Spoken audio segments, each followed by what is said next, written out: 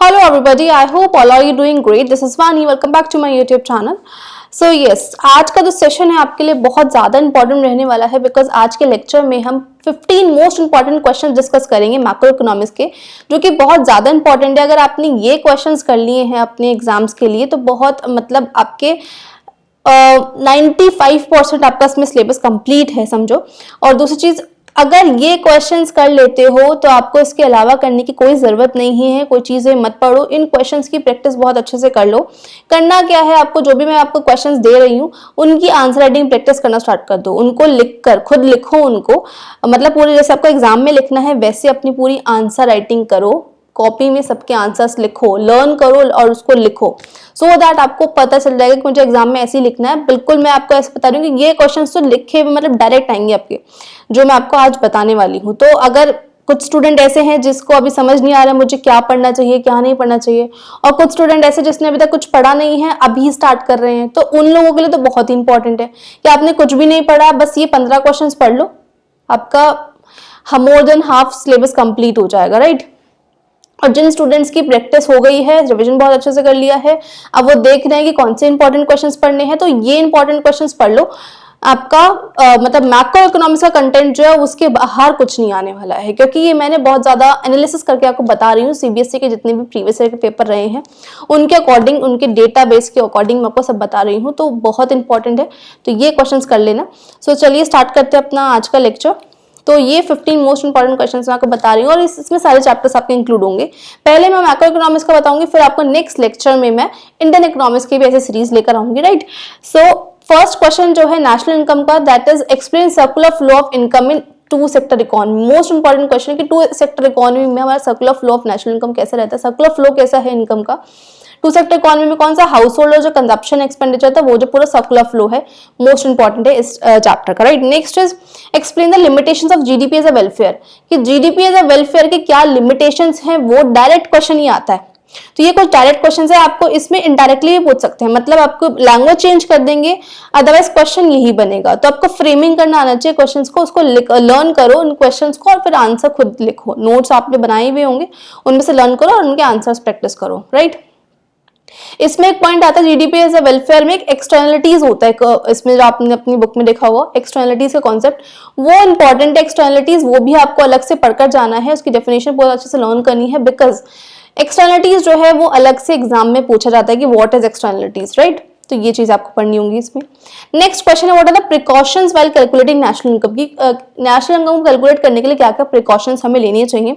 अब देखो national income में एक न्यूमेरिकल क्वेश्चन तो पक्का आएगा ही आएगा, दूसरा एक इसमें चॉइस आती है, या तो आपको न्यूमेरिकल करना होगा या फिर एक थ्योरी में कोई चॉइस आएगी, लेकिन दोनों ही नेशनल इनकम के रहते हैं हमेशा। तो उसमें आप थ्योरी में प्रिकॉशंस पूछ लेते हैं कि क्या क्या प्रिकॉशंस हमें लेनी चाहिए नेशनल इनकम की, तो वो आपको ये कर जाना है।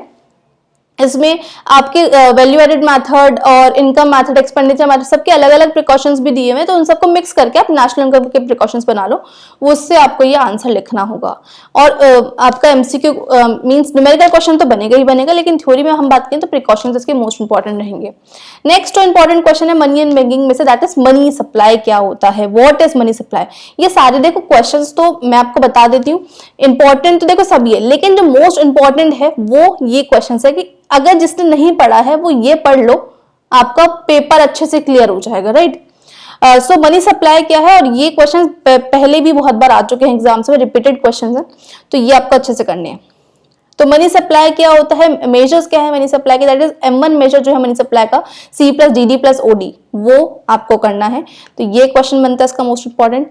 नेक्स्ट है commercial bank create money in the economy, ये तो मोस्ट इंपॉर्टेंट है ही, ऐसे तो सारे ही हैं लेकिन मैं बता देती हूँ, जो कि आपको 3 मार्क्स में आपको मिलेगा ही मिलेगा। क्रेडिट क्रिएशन प्रोसेस क्या है कमर्शियल बैंक का, और इसको न्यूमेरिकल एग्जांपल के साथ लिखना होगा। आपके ट्यूशंस में भी आपने वीडियोस देखी होंगी, आप हर जगह बुक में भी आपने देखा है कि उसमें पूरा एक डायग्राम होता है, राइट।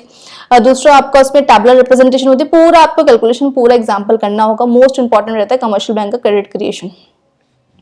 लैंग्वेज भले ही चेंज हो जाए लेकिन क्वेश्चंस आपके यही बनेंगे, इसके बाहर कुछ नहीं जाने वाला है। तो ये एग्जाम्स के अब 15-20 दिन रह गए हैं, तो इनको अच्छे से कर लो इन सारे क्वेश्चंस को। नेक्स्ट रहता है इसमें जो क्वेश्चन है हमारा मनी इन बैंकिंग का, सेंट्रल बैंक के फंक्शंस। Most important. अब देखो फंक्शंस तो सारे ही इंपॉर्टेंट है, लेकिन जो मोस्ट इंपॉर्टेंट फंक्शंस मैं आपको बता देती हूँ। पहला तो bankers bank and supervisory role कि जो आरबीआई है वो बैंकर्स बैंक कैसे है। दूसरा जो मोस्ट इंपॉर्टेंट है इसमें that is lender of the last resort. अब ये जो फंक्शन है या तो आपसे डायरेक्ट पूछ लेंगे what are the functions of central bank, कुछ 3 या 2 लिखो, या फिर ऐसा हो जाएगा lender of the last resort जो फंक्शन है आरबीआई का उसको एक्सप्लेन करो, तो वो आपका डायरेक्ट आ जाएगा। तो ये कुछ ऐसे इंपॉर्टेंट फंक्शन है जो कि डायरेक्ट पूछ लेते हैं। Lender of the last resort क्योंकि हमें नाम से भी समझ नहीं आ रहा, बच्चे बहुत कंफ्यूज रहते हैं इसमें, तो ये क्वेश्चन बनता है इसमें से। बैंकर्स टू द गवर्नमेंट कि गवर्नमेंट का बैंकर कैसे है आरबीआई, तो वो एक फंक्शन। तो ये आपको फंक्शंस पढ़ने हैं, वैसे तो सारे पढ़ने हैं, लेकिन मोस्ट इंपॉर्टेंट अगर आपके इतना टाइम नहीं है तो मोस्ट इंपॉर्टेंटली ये चीजें पढ़ लो, राइट। नेक्स्ट आता है इसमें केस स्टडी का। अगर हम बात करें मॉनेटरी पॉलिसी ऑफ आरबीआई कि आरबीआई की मॉनेटरी पॉलिसी जो है क्वालिटेटिव और क्वांटिटेटिव इंस्ट्रूमेंट्स की, उससे रिलेटेड केस स्टडी आएगी। इसके लिए मैंने शॉर्ट्स भी बनाई हुई है कि एक पर्टिकुलर कैसे केस स्टडी आपकी बनेगी, वो अपने शॉर्ट सेक्शन में जाकर चेक कर सकते हैं। मैंने इसमें बताया हुआ कि रेपो रेट हमारा भी रिलीज हुआ है, इसके चेंज आए हैं, तो इससे केस स्टडी बनेगी ही बनेगी। तो आप शॉर्ट्स में चेक करो, इसका केस स्टडी आपका क्वेश्चन बनेगा ही बनेगा मॉनेटरी पॉलिसी से, राइट। मोस्ट इंपॉर्टेंट है। नेक्स्ट जो है इसमें हमारा that is derivation of saving curve from the consumption curve. अब देखो कंजप्शन कर्व में से हम सेविंग कर्व को डिराइव करना, मोस्ट इंपॉर्टेंट। अब इसमें वैसे तो कंजप्शन फंक्शन भी हमारा इंपॉर्टेंट है, सेविंग फंक्शन भी इंपॉर्टेंट है, लेकिन मोस्ट इंपॉर्टेंट अगर आपने वो नहीं पढ़े हैं, अब कितना टाइम नहीं है, तो इसका डेरिवेशन पढ़ लो। इस डेरिवेशन में दोनों ही आ जाएंगे, कंजप्शन फंक्शन भी आ जाएगा और सेविंग फंक्शन भी आ जाएगा। तो इसका डेरिवेशन ये 6 मार्क्स में पूछ लेते हैं, तो ये आपको अच्छे से पढ़ना होगा, राइट। नेक्स्ट आता है इसमें इन्वेस्टमेंट मल्टीप्लायर का कॉन्सेप्ट। इन्वेस्टमेंट मल्टीप्लायर भी बहुत ज्यादा इंपॉर्टेंट है। सारे इंपॉर्टेंट क्वेश्चंस मैं बता रही हूँ, तो इनको बहुत अच्छे से पढ़ लो। 15-20 दिन रह गए हैं, अगर ये कंप्लीट कर लिए आपने क्वेश्चंस, तो इससे बाहर से आपको कुछ नहीं मिलने वाला, ये मेरी गारंटी है, राइट। और with the help of example के साथ आपको इन्वेस्टमेंट मल्टीप्लायर को पूरा एक्सप्लेन करना होगा। तो इनकी आंसर राइटिंग प्रैक्टिस करनी है, आपको आज से ही स्टार्ट कर देनी है। अगर ये 15 क्वेश्चन है, 15 क्वेश्चन को 3 क्वेश्चन एक दिन में भी करोगे तब भी आपके कंप्लीट हो जाएंगे 4-5 दिन में। तो ये क्वेश्चंस की प्रैक्टिस स्टार्ट कर दो अभी से, राइट। तो मल्टीप्लायर का कॉन्सेप्ट क्या है, मल्टीप्लायर क्या होता है, उसको एग्जांपल से समझाना है आपको कि मल्टीप्लायर कैसे, एग्जांपल से कैसे समझाओगे, डायग्राम आपको बनाना है। इसमें मैंने अलग से भी वीडियो बनाई हुई है 25 डे इकोनॉमिक सीरीज में। जैसे मैंने अपने नोट्स में बता रखा है, जैसे मैंने स्लाइड में लिखा हुआ, सेम टू सेम वैसे लिख कर आ जाओ, फुल मार्क्स मिलेंगे। उससे अलग आपको कुछ नहीं लिखना है। अगर आपको समझ नहीं आ रहा कोई मुझे सबको लिखना है कैसे होगा, राइट। तो कुछ वीडियोस ऐसी हैं जिसके मैंने डायरेक्ट क्वेश्चंस करवाए हुए हैं, तो वो मेरे नोट्स को रेफर कर सकते हो, जो मैंने स्लाइड्स बनाई हुई है, अपनी वीडियोस बनाई हुई है यूट्यूब पर, उनसे आप देख सकते हो, राइट। और मैंने टेलीग्राम पर भी डाले हुए अपने नोट्स, तो वहां पर भी आप चेक कर सकते हो। टेलीग्राम चैनल मेरा फॉलो कर लेना, उसका लिंक मैं नीचे डिस्क्रिप्शन बॉक्स में मेंशन कर दूंगी, right. So now come to the next question, that is how equilibrium level of income is attained through saving and investment approach। जो मेरी SNI अप्रोच होती है कि सेविंग इक्वल टू इन्वेस्टमेंट, इस approach से हम इक्विलिब्रियम लेवल को कैसे अटेन करते हैं। देखो कंजप्शन और इन्वेस्टमेंट अप्रोच भी इंपॉर्टेंट है, sorry AD and AS approach जो थी हमारी, AD और AS अप्रोच भी इंपॉर्टेंट है, लेकिन मैं अगर आपको पूरा एग्जैजरेट करके ना बताऊं और एक कंसाइज वे में बताऊं, तो सेविंग और इन्वेस्टमेंट अप्रोच मोस्ट इंपॉर्टेंट रहती है। तो दोनों ही पढ़ लेना, टाइम है तो दोनों पढ़ लो, अदरवाइज आप सेविंग और इन्वेस्टमेंट अप्रोच तो पढ़ ही लेना, मोस्ट इंपॉर्टेंट रहती है। दूसरा इन्फ्लेशनरी और डिफ्लेशनरी गैप्स, ये तो मोस्ट इंपॉर्टेंट रहता है। इन्फ्लेशनरी गैप क्या है, डिफ्लेशनरी गैप क्या है। मेरे एग्जाम्स में भी एक क्वेश्चन आया था जब मैंने अपने एग्जाम्स दिए थे 12th क्लास में, तो इससे डायरेक्ट क्या आता है कि डिफाइन करो इन्फ्लेशनरी गैप को और डिफ्लेशनरी गैप को, कुछ मेजर्स बताओ थ्रू मॉनेटरी फिस्कल पॉलिसी के थ्रू उसको कैसे करेक्ट कर सकते हैं। तो मॉनेटरी पॉलिसी तो वही आरबीआई की पॉलिसीज आ जाएंगी, और फिस्कल पॉलिसी जो हमने पढ़ी है जो गवर्नमेंट रेगुलेट करती है, उन पॉलिसीज के थ्रू कैसे उसको अटेन करेंगे, तो वो आपको बताना होगा। इस पर भी मैंने वीडियो बनाई हुई है, इन्फ्लेशन डिफ्लेशन गैप पर अलग से मैंने एक शॉर्ट वीडियो बना रखी है, हार्डली 5 और 10 मिनट्स की वो वीडियो होगी। वो उस वीडियो का प्रेफर कर सकते हो, उसको आपको समझ आ जाएगा देखकर कि कैसे मुझे आंसर राइटिंग प्रैक्टिस करनी है, आंसर मुझे कैसे लिखना, सेम टू सेम वही लिख दो, फुल मार्क्स मिलेंगे, राइट। नेक्स्ट क्वेश्चन इसमें objectives of the government budget, की गवर्नमेंट बजट के क्या क्या ऑब्जेक्टिव्स हैं वो इंपॉर्टेंट रहता है इसमें। नेक्स्ट जो क्वेश्चन है most important, that is fiscal deficit, कि फिस्कल डेफिसिट क्या है और क्या उसके इंप्लीकेशंस हैं, ये इसमें इंपॉर्टेंट क्वेश्चन बनता है गवर्नमेंट बजट में अगर हम बात करें। नेक्स्ट इंपॉर्टेंट क्वेश्चन जो है that is how exchange rate is determined in flexible exchange rate, कि फ्लेक्सिबल एक्सचेंज रेट में हम कैसे एक्सचेंज रेट को डिटरमाइन करते हैं। तो फ्लेक्सिबल एक्सचेंज रेट क्या था, जहां पे डिमांड और सप्लाई से जब हमारी एक्सचेंज रेट डिटरमाइन होता है उसको हम फ्लेक्सिबल एक्सचेंज रेट बोलते थे। तो वो उसको पूरा हमें बताना होगा, लिखना होगा और उसका डायग्राम हमें बनाने होंगे। देखो इकोनॉमिक्स में जितने आप डायग्राम्स और टैबुलर रिप्रेजेंटेशन करोगे उतने ज्यादा आपको अच्छे मार्क्स मिलेंगे, क्योंकि टीचर को समझ आ जाएगा कि अच्छा स्टूडेंट को आता है क्योंकि उसने बहुत अच्छे से प्रेजेंट किया हुआ है, राइट। अब देखो 15 क्वेश्चंस मैं आपको बता रही हूँ, लेकिन कुछ ऐसे क्वेश्चन है जिनको मैं छोड़ भी नहीं सकती हूँ, तो ये तो आपको करने ही है। तो इसमें 2 क्वेश्चन मैंने और एक्स्ट्रा एड ऑन करे हैं, और ये सारे आपको डिफरेंशिएट, आप बोलोगे कि 15 क्वेश्चंस बोले थे और इसमें इतने सारे क्वेश्चन थे अलग से आ गए, तो देखो भाई डिफरेंशिएट बहुत ज्यादा है आपकी बुक में, और डिफरेंशिएट सारे ही इंपॉर्टेंट है कि कुछ भी डिफरेंशिएट आपसे पूछ सकते हैं, तो ये तो इसको तो मैं छोड़ ही नहीं सकती हूँ, तो ये आपको करके ही जाने हैं। सारे डिफरेंशिएट्स पढ़ लेना, और इजी है, ज्यादा कुछ हार्ड है नहीं। वीडियोस भी मैंने अलग से बनाई हुई है, वो आप रेफर कर सकते हो, राइट। तो क्वेश्चन नंबर 15 की अगर हम बात करें, डेप्रिसिएशन और एप्रिसिएशन। डेप्रिसिएशन का अलग कॉन्सेप्ट है, एप्रिसिएशन का अलग कॉन्सेप्ट है। डोमेस्टिक करेंसी जो डेप्रिसिएट हो रही है फिर एप्रिशिएट हो रही है, उसको डिफाइन करना और उससे क्या इंपैक्ट पड़ेंगे एक्सपोर्ट और इंपोर्ट के ऊपर, वो इंपॉर्टेंट क्वेश्चन इसमें बनता है, वो आपको पढ़ना होगा एक्सचेंज रेट वाले चैप्टर का, राइट। और जो 3 कॉम्पोनेंट्स, कोई भी 3 मार्क्स में बनेगा आपका, हार्डली ज्यादा 5-6 मार्क्स में नहीं बनेगा ये, तो कोई भी 3 कॉम्पोनेंट्स बता दो, कैपिटल अकाउंट के, करंट अकाउंट और बीओपी के, डायरेक्ट क्वेश्चन है, इसको भी आप अच्छे से प्रैक्टिस कर लेना, राइट। तो ये बीओपी के कुछ क्वेश्चंस रहते हैं। अब हम डिफरेंशिएट की बात कर लेते हैं। डिफरेंशिएट से सारे इंपॉर्टेंट डिफरेंशिएट है, क्योंकि इसमें से 1 और 2 डिफरेंशिएट्स आपको पक्का मिलेंगे।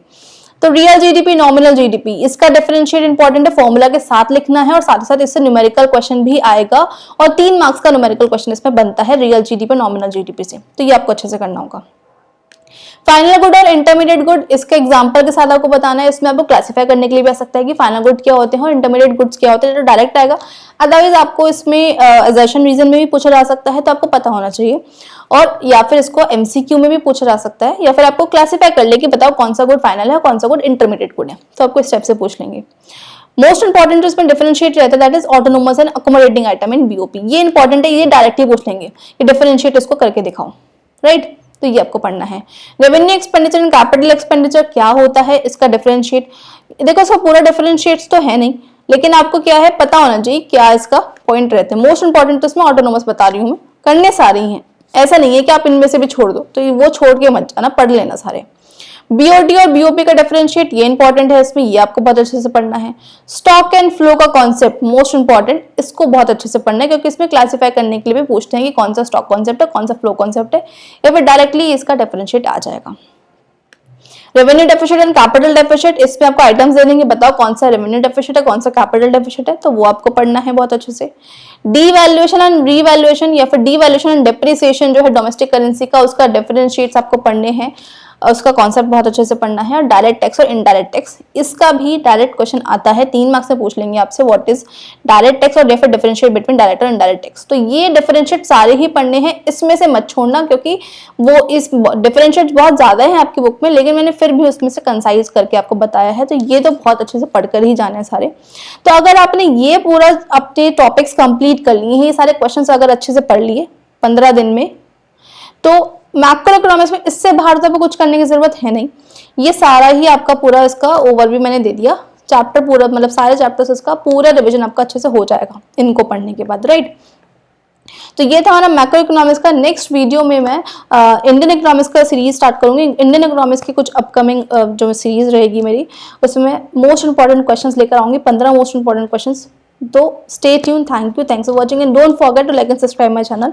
एंड यस, टेलीग्राम का चैनल का जो लिंक है वो मैं अपना डिस्क्रिप्शन बॉक्स में मेंशन कर दूंगी, आप वहां पर जाकर मेरा फॉलो कर सकते हैं Telegram handle. So stay tune, bye bye, see you in the next video.